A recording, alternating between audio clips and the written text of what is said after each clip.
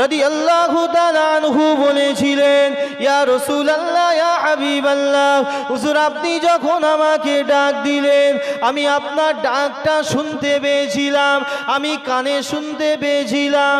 হুজুর আপনি একবার নয়, দুবার নয়, তিনবার সায়েদ বিন মুআল্লা বলে ডাক দিলেন। হুজুর আমি আপনার ডাকে সাড়া দিতে পারিনি। কেন পারোনি বাবা সায়েদ? কেন পারোনি বাবা সায়েদ? হযরতে সায়েদ বিন মুআল্লা রাদিয়াল্লাহু তাআলা আনহু বলেছিলেন, ইয়া রাসূলুল্লাহ, ইয়া হাবিবাল্লাহ, হুজুর আমি এমন একটা ইবাদতে ছিলাম, আমি আপনার ডাকে সাড়া দিতে পারলাম না। আল্লাহ নবী বললেন, বাবা সায়েদ কি এমন ইবাদতে ছিলে যে আমি নবী আমার ডাকে সাড়া দিতে পারলে না? হযরতে সায়েদ বিন মুআল্লা বলেছিলেন, ইয়া রাসূলুল্লাহ, হাবিবাল্লাহ, হুজুর আমি নামাজরত অবস্থায় ছিলাম, সেই জন্যে আপনার ডাকে সাড়া দিতে পারিনি। ওই সময় নবী আমার বলেছিলেন, ও বাবা সায়েদ, তুমি কি কোরআন শরীফ বাবা জানো না? তুমি কি কোরআন শরীফ পড়ো নাই? হযরতে সায়েদ বলেছিলেন, ইয়া রাসূলুল্লাহ, হাবিবাল্লাহ, আল্লাহ ও আল্লাহ রসুল ভালো জানেন, আপনি বলে দিন। আল্লাহ নবী বলেছিলেন, এ বাবা সায়েদ, পৃথিবীর মানুষ ও মানুষ আর আমি নবী ও মানুষ, পৃথিবীর মানুষ ও মানুষ আর আমি নবী ও মানুষ। পৃথিবীর মানুষ যদি তোমাকে ডাক দেয়, পৃথিবীর মানুষ যদি তোমাকে ডাকে, তাদের ডাকে তুমি সাড়া দিতে পারবে না। কিন্তু আল্লাহ পাক আমাকে নবী করে পাঠিয়েছে, আল্লাহ পাক আমাকে এত শান দিয়েছে, আল্লাহ পাক আমাকে এত মান দিয়েছে। ও বাবা সায়েদ, তুমি যদি নামাজরত অবস্থায় থাকো না কেন, আমি যদি ডাক দিই তোমার নামাজকে ছেড়ে দিতে হবে। তুমি নামাজকে ছেড়ে দিয়ে আমি নবী আমার ডাকে সাড়া দিতে হবে। ও বাবা সায়েদ, তুমি কেন আমার ডাকে সাড়া দাওনি বাবা? আল্লাহ নবী সাহাবী সায়েদ বলেছিলেন, ইয়া রাসূলুল্লাহ, হাবিবাল্লাহ, হুজুরে ভুলটা আমি সায়েদ আমার আজ জীবনে হবে না, আমি জানতাম না ইয়া রাসূলুল্লাহ। আল্লাহ নবী বললেন, ও বাবা সায়েদ, তুমি যে নামাজের জন্য আমি নবী আমার ডাকে সাড়া দিলে না, তুমি কি একবারও ভাবনি ওই নামাজটা তুমি কার জন্যে পেয়েছো? ওই নামাজটা তো তুমি আমি নবী আমার জন্যে পেয়েছো। এই নামাজটা কার জন্যে পেয়েছে? আমি নবী আমার জন্যে পেয়েছো। অতএব তুমি নামাজরত অবস্থায় থাকো আর যেরত অবস্থায় থাকো, নবী ডাক দিলে তুমি যদি নামাজে থাকো, নামাজ ছেড়ে দিতে হবে, নবীর ডাকে সাড়া দিতে হবে, নচেত আল্লাহ নারাজ হয়ে যাবে। যদি আমার মাও ডাকে, ফরজ নামাজ পড়ছি, আমি নামাজ ছেড়ে দিতে পারবো? আমার আব্বা ডাকছে, আমি নামাজ ছাড়তে পারবো? কিন্তু নবীর শান, নবীর মান এত আল্লাহ আলা করেছে, নবী ডাক দিলে নামাজও শেষ। জোরে বলুন না সুবহান। ও ভাইজানেরা, ও আমার নওজোয়ান তরুণেরা, বাবারা শুনে রেখে দিন, আল্লাহ নবী সাল্লাল্লাহু আলাইহি ওয়াসাল্লাম তিনি যখন কোন রাস্তা দিয়ে যেতেন বাবা, তিনি যখন কোন রাস্তা দিয়ে যেতেন, সাহাবা হুজুররা বর্ণনা করেছেন, ওই রাস্তা দিয়ে যদি নবী পাক যায়, একদিন নয়, দুদিন নয়, 3 দিন নয়, কয়েকদিন পর্যন্ত ওই রাস্তা দিয়ে একটা খুশবু বাহির হতো, ওই রাস্তা দিয়ে একটা আতরের মতো সেন্ট বার হতো, ওই রাস্তা দিয়ে একটা মিশকে আম্বারের মতো খুশবু বার হতো। সাহাবা হুজুর যদি পরেক্ষণে ওই রাস্তা দিয়ে যেতেন, তারা বুঝতে পারত যে এই রাস্তা দিয়ে আমার নবী পাক গিয়েছে। তারা বুঝতে পারত যে এই রাস্তা দিয়ে আমার নবী পাক গিয়েছে, এত সুন্দর খুশবু বার হয়। ওই খুশবুটা একদিন নয়, দুদিন নয়, সাহাবা হুজুররা বলছে কয়েকদিন পর্যন্ত ওই রাস্তায় ওই খুশবু লেগে থাকতো। বোঝা যেত যে আল্লাহ নবী এই রাস্তা দিয়ে এই সপ্তাহের মধ্যে হেঁটেছে। এটা সাহাবা হুজুররা বুঝতে পারত। ও ভাইয়ানেরা, ও আমার নওজোয়ান তরুণেরা, আমাদের সমাজে কিছু মানুষ এখনো আছে, তারা বলে নবীও মানুষ আমরাও মানুষ, নবীও মানুষ আমরাও মানুষ। তাহলে নবীর ঘাম মোবারক যখন বাহির হয়, নবীর ঘাম মোবারক থেকে একটা খুশবু বাহির হয়, কিন্তু আমাদের যখন প্রচণ্ড ঘাম হয় বাবা, আমাদের গা দিয়ে একটা খুশবু বার হয় না, দুর্গন্ধ বার হয়। হয়তো নাকি আমাদের গায়ে যখন প্রচণ্ড ঘামে কিছুক্ষণ পর থেকে এটা দুর্গন্ধে পরিণত হয় না? হয় না, একটু দুর্গন্ধ হয়। কিন্তু নবীর গা যখন ঘামে, ওই ঘামটা মিশকে আম্বারের মতো সেন্ট বার হয়। জোরে বলুন সুবহান। ও ভাইয়ানেরা, আমার নবী পাকের প্রেমিকেরা, আল্লাহ নবী সাহাবারা বর্ণনা করেছে, আমরা খেয়াল করতাম আল্লাহ নবীর গা মোবারক থেকে কখন ঘামটা বাহির হবে, আল্লাহ নবীর গা মোবারক থেকে কখন ঘামটা বাহির হবে। যখন আল্লাহ নবী ঘেমে যেতেন, সাহাবা হুজুররা আমার নবী পাকের কাছে চলে যেতেন। আমার নবী পাকের কাছে গিয়ে এমনি করে ঘামটা নিয়ে তারা আতরের মতো সারা গায়ে মেখে নিত। কিতাবের মধ্যে পাওয়া যায় সাহাবা হুজুরদের গাটা একদিন নয়, দুদিন নয়, কয়েক সপ্তাহ পর্যন্ত খুশবু আর খুশবু লেগে থাকতো।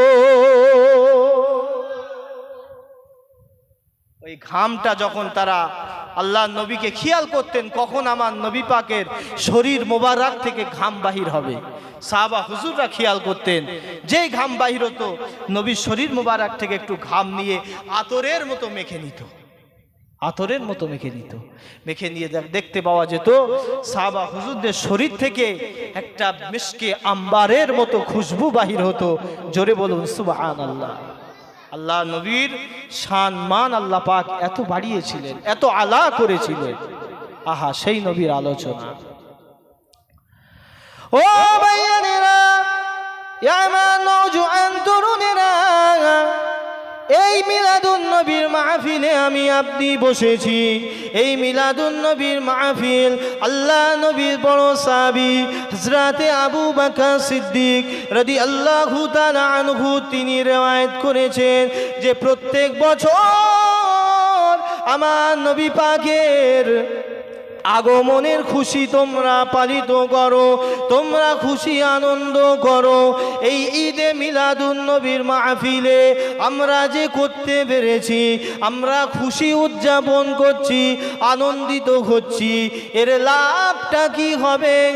আমার রাসূল বললেন ওয়াজাবাত লাহু শাফাআতি, কাল কিয়ামতের কঠিন দিনেতে আমার ওই সমস্ত বান্দা বান্দিগুলোকে আমি রাসূলুল্লাহ শাফাআত করে আল্লাহ পাকের দয়ার জান্নাতে নিয়ে যাব।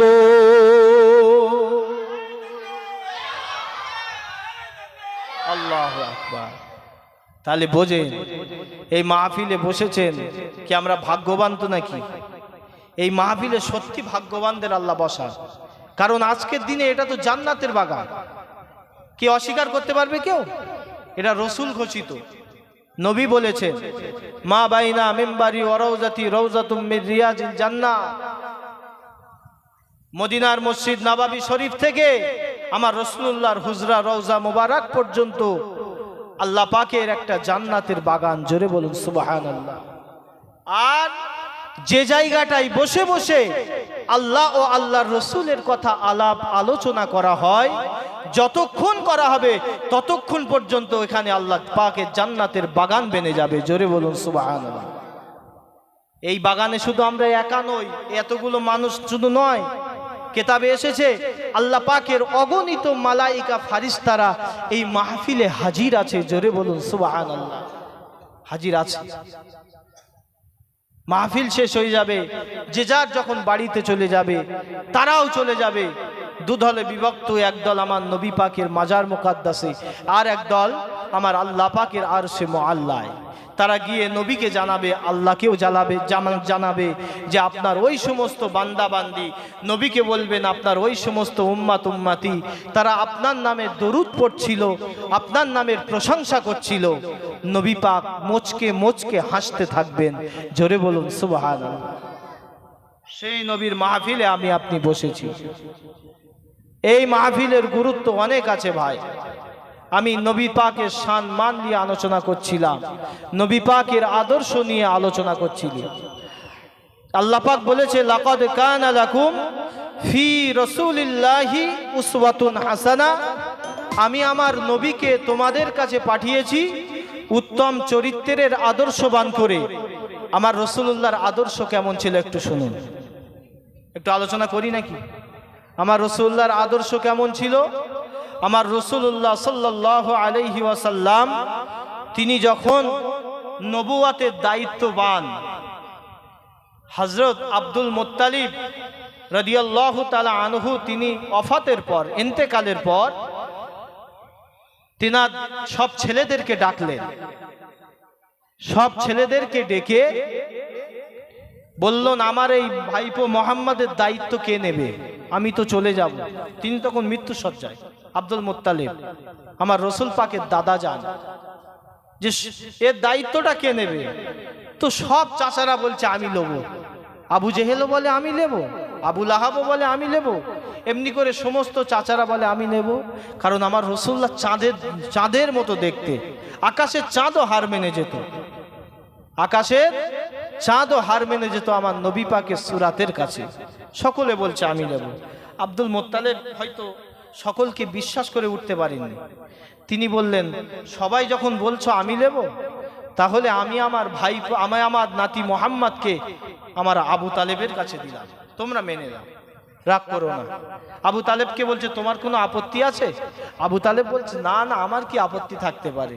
আমি তো ভাগ্যবান, এরকম একটা ছেলে আমি পেয়েছি। তো কেতাবে এসেছে আবু তালেবের কাছে আল্লাহ নবী সাল্লাল্লাহু আলাইহি ওয়াসাল্লাম প্রায় 42টা বছর মানুষ হলেন। ক বছর? 42 বছর আবু তালেবের কাছে মানুষ হলেন, এক একটা বছর নয়। তো আবু তালেব, নবী মুহাম্মদ সাল্লাল্লাহু আলাইহি ওয়াসাল্লাম বলেছেন, এই 42টা বছরে আমার চাচা আবু তালেব, আমি যে বাপ হারা নবী, আমি যে মা হারা নবী, এটা আমার চাচা আবু তালেব বুঝতে দেয়নি। জোরে বললেন না সুবহানাল্লাহ। এত ভালোবাসতেন, এত মহাব্বত করতেন। আবু তালেবের কাছে 42টা বছর বড় হলেন। এক সময় আল্লাহ নবী সাল্লাল্লাহু আলাইহি ওয়াসাল্লাম তিনি বেশ 22-23 বছর যখন বয়স হলো, আবু তালেবের বয়সটা তখন একটু বেশি হয়ে গেল। তো আবু তালেব একটু কষ্ট জয়ীফ হয়ে যাচ্ছে। আমার নবী পাক সাল্লাল্লাহু আলাইহি ওয়াসাল্লাম তখন নবুয়াতের দায়িত্ব পাননি। আমার নবী পাক নবুয়াতের দায়িত্ব পেলেন 40 বছর বয়সে। কত বছর? 40 বছর বয়সে তিনি নবী হলেন, নবুয়াতের দায়িত্ব পেলেন। তো আমার নবী তো প্রথম থেকেই আদর্শবান। নবী পাক সাল্লাল্লাহু আলাইহি ওয়াসাল্লাম চাচার কষ্ট দেখে নবী পাক গিয়ে বলছে, চাচা যান, আপনার কষ্ট আমি আর সহ্য করতে পারছি না, আপনার বয়স হয়েছে, এবারে আপনি একটু রেস্ট নেন, আমাকে আপনার ব্যবসার হাতটা ধরিয়ে দেন, এবারে আমি করি, আপনি একটু ঘরে থাকুন। চাচা যান বলছে, তোমার আব্বা নেই, মা নেই, তোমার আমি কিভাবে এই কাজ করাই? না মোহাম্মদ, তুমি কাজ করো না। আল্লাহ নবী বললেন, চাচা যান কোনো অসুবিধা নেই, আপনি আমার সঙ্গে একটু ব্যবসার এটা বুঝিয়ে দেন, আমাকে সাথে করে নিয়ে। তো যখন এতবার করে নবী বলছে, আবু তালেব রাজি হয়ে গেলেন, ঠিক আছে তুমি ব্যবসার এটা বুঝে নাও। নবী মুহাম্মদ সাল্লাল্লাহু আলাইহি ওয়াসাল্লাম তিনি আবু তালেবের ব্যবসা দেখতে লাগলেন। আবু তালেবের ব্যবসা দেখতে দেখতে তিনি মা খাদিজার সঙ্গে আবু তালেবই একটা ব্যবসার লাইন করে দিল। মা খাদিজা ছিলেন তৎকালীন সময় সব থেকে বড় ব্যবসায়ী, প্রচুর অর্থ সম্পদ মা খাদিজার ছিল। তো মা খাদিজার সঙ্গে একটা ব্যবসার রিলেশন নবী পাকের হয়ে গেল। আম্মাজান খাদিজা বলছে, তখন আমার নবীর সঙ্গে কিন্তু বিবাহ হয়নি। আম্মাজান খাদিজা বলছে যে জীবনে বহু ছেলের সঙ্গে ব্যবসা করলাম, বহু লোকের সঙ্গে ব্যবসা করলাম, কিন্তু মোহাম্মদের মতো কাউকে পাইনি। জোরে বলুন সুবহানাল্লাহ। এত আদর্শবান ছেলে আমি এখনো পর্যন্ত দেখিনি, যার চুল পরিমাণের হিসাব ভুল নেই। এত আদর্শবান ছেলে, সুবহানাল্লাহ সুবহানাল্লাহ। আম্মাজান খাদিজার সঙ্গে দীর্ঘদিন ব্যবসা করতে করতে এমন একটা পর্যায়ে এসে গেল, মা খাদিজার বয়স 40 হলো। মা খাদিজার বয়স 40 হলো, তখন আমার নবীর বয়স হলো 25। এমন সময় মা খাদিজা তেনার একটা বাড়ি মেয়ে ছিলেন, নাফিসা বলে একটা মেয়ে। ওই নাফিসাকে বললেন, নাফিসা বলতে খুব খারাপ লাগছে, তারপরেও বলছি, তুমি যাও একটু আবু তালেবের কাছে। কার কাছে? বলছে কি বলবো?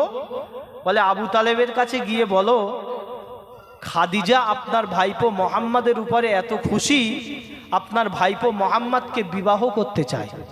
জোরে বলুন না সুবহানাল্লাহ। আপনার ভাইপো মোহাম্মদকে বিবাহ করতে চায়, আপনি যদি রাজি থাকেন, আপনার ভাইপো যদি বলে রাজি হয়, তাহলে আমি খাদিজা আমি বিবাহ করতে চাই। নাফিসা চলে আসলো। নাফিসা চলে এসে আবু তালেবের কাছে বলল। আবু তালেব বললেন যে আমার ভাইপো মোহাম্মদ তো বড় হয়েছে, তার একটা মতামত আছে, সে যদি রাজি হয় তাহলে আমার কোনো আপত্তি নেই। এরকম একটা অত সুন্দর একটা বড় বিজনেসম্যানের সঙ্গে বিবাহ হবে আমার মোহাম্মদের, আমার এতে আপত্তি কি থাকবে? যদিও বয়সটা মা খাদিজার 40, হিসাব করতে হবে। আদর্শ কেমন দেখুন আমার নবীর। আমার নবী পাক বাড়িতে আসলেন, দুপুরবেলা দুটো খাওয়া দাওয়া করবে, এমন সময় আবু তালেব বলে ফেললেন, ভাতিজা মোহাম্মদ তুমি কি বিয়ে করবে? শুধু এতটুকু কথা, তুমি কি খাদিজার সঙ্গে বিবাহ করবে? খাদিজা তোমার বিবাহ সম্মান পাঠিয়েছে, পয়গম পাঠিয়েছে। আল্লাহ নবী মুখটা নিচু করে আর মাথা তোলে না। আল্লাহ নবী আর মাথা তোলে না, মুখটা নিচু করে ঘরে চলে গেলেন, ভাত খেলেন না।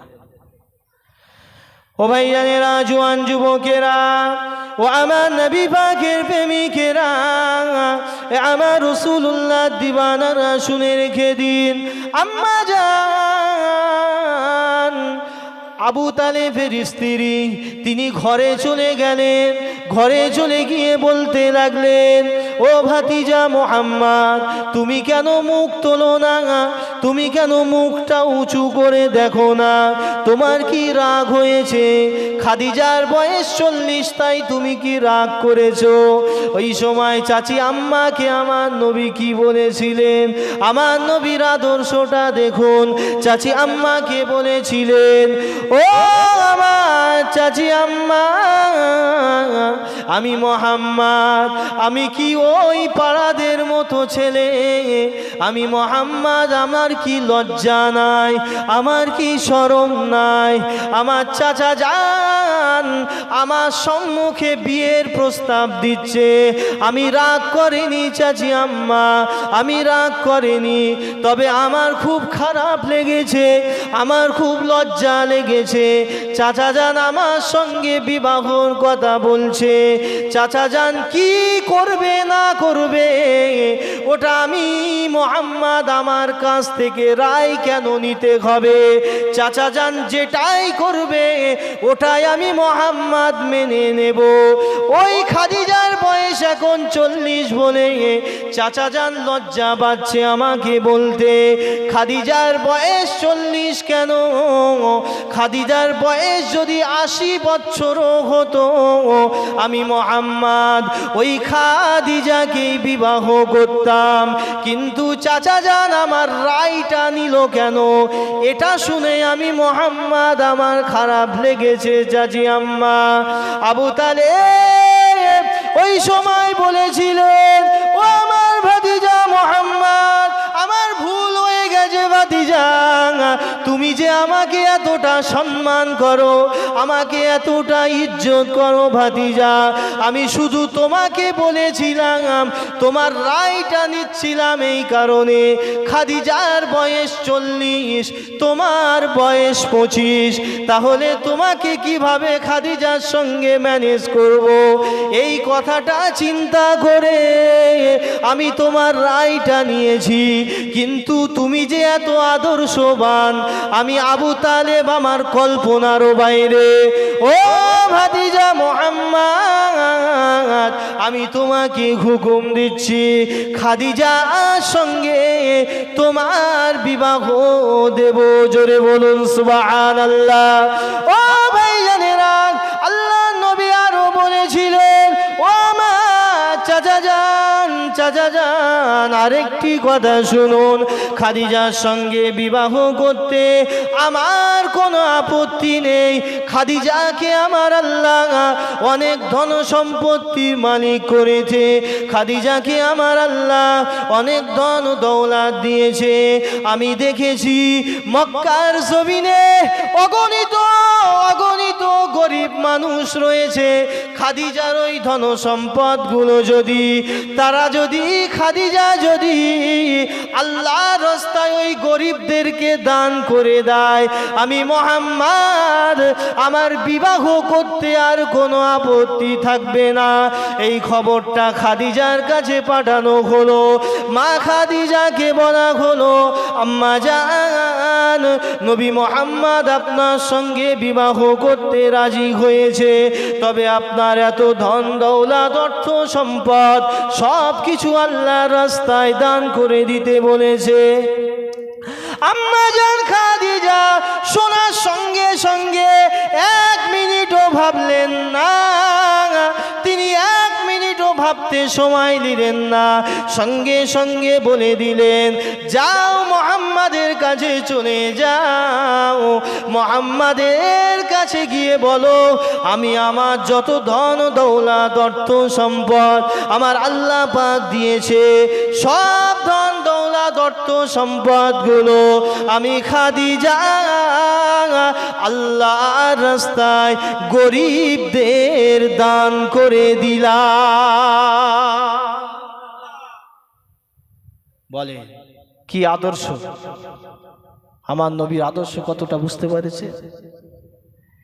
সেই নবী পাককে ভালোবাসতে হবে, পিয়ার করতে হবে, মহব্বত করতে হবে। অপরদিকে একটি হাদিস আমি পড়েছিলাম, লা ইউমিনু আহাদুকুম হাত্তা আকুনা আহাব্বা ইলাইহি মিন ওয়ালিদিহি ওয়া ওয়ালাদিহি ওয়ান নাসি আজমাইন। আল্লাহ রসুল বলছে, ততক্ষণ পর্যন্ত তোমরা পূর্ণাঙ্গ মোমেন হতে পারবে না যতক্ষণ না তোমাদের স্ত্রী, তোমাদের সন্তান, তোমাদের পিতা, তোমাদের মাতা সকলের থেকে বেশি যতক্ষণ না নবীর প্রতি মহাব্বতটা বেশি করতে পারবে, ততক্ষণ পর্যন্ত তোমরা পূর্ণাঙ্গ মোমেন নয়। কথা বুঝিয়েছে? সবার থেকে বেশি কাকে ভালোবাসতে হবে? নবী পাককে। নবীকে যতক্ষণ না আপনি সবার থেকে বেশি ভালো না বাসতে পারছেন, ততক্ষণ পর্যন্ত কিন্তু আপনি মোমেন হতে পারলেন না। বুকে হাত দিয়ে বলুন, আমরা কতজন মোমেন আছি? সেই নবীর সুন্নাতগুলোও ঠিকভাবে আমরা করতে পারি না। তাহলে নবী পাক সাল্লাল্লাহু আলাইহি ওয়াসাল্লামের ভালোবাসা কিভাবে হলো? বুঝিয়ে দিয়েছিলেন নবী পাককে ভালোবেসে মক্কার 9 জন মহিলা। মায়েরা ওখানে অনেক আছে, ওই জন্য এই ওয়াজটা আমি করছি। মক্কার 9 জন মহিলা আমার নবী পাককে ভালোবেসেছিলেন। কেমন ভালোবেসেছিলেন শুনলে আপনাদের শরীরের লোমটা শিগরে উঠবে। এই লা ইউমিনু আহাদুকুম হাত্তা আকুনা আহাব্বা ইলাইহি মিন ওয়ালিদিহি ওয়া ওয়ালাদিহি ওয়ান নাসি আজমাইন। সবার থেকে বেশি স্ত্রী, সন্তান, পিতা মাতা, বন্ধু বান্ধব সবার থেকে বেশি নবীকে ভালোবাসতে হবে। এই নবীকে যে ভালোবাসতে হবে সবার থেকে বেশি বুঝিয়ে দিয়ে গিয়েছিলেন মক্কার 9 জন মেয়ে ছেলে, মক্কার 9 জন মহিলা। আল্লাহ নবীর উপরে দিনের পর দিন অত্যাচার বাড়ছিল না কমছিল? মক্কার জমিনে বাড়ছিল তো। আল্লাহ নবীর এই অত্যাচার আমার আল্লাহ সহ্য করতে পেরেছিল? আল্লাহ সহ্য করতে পারেনি। আল্লাহ বললেন, এই আমার হাবিব, আপনি আর মক্কার জমিনে থাকবেন না, আপনি মক্কা ছেড়ে দিয়ে মদিনায় হিজরত করে চলে যান। কোথায়? মদিনায় হিজরত করে চলে যান। হযরতে আবু বকর সিদ্দিক রাদিয়াল্লাহু আনহুকে নিয়ে তিনি মক্কা ছেড়ে দিয়ে মদিনায় হিজরত করে চলে গেলেন।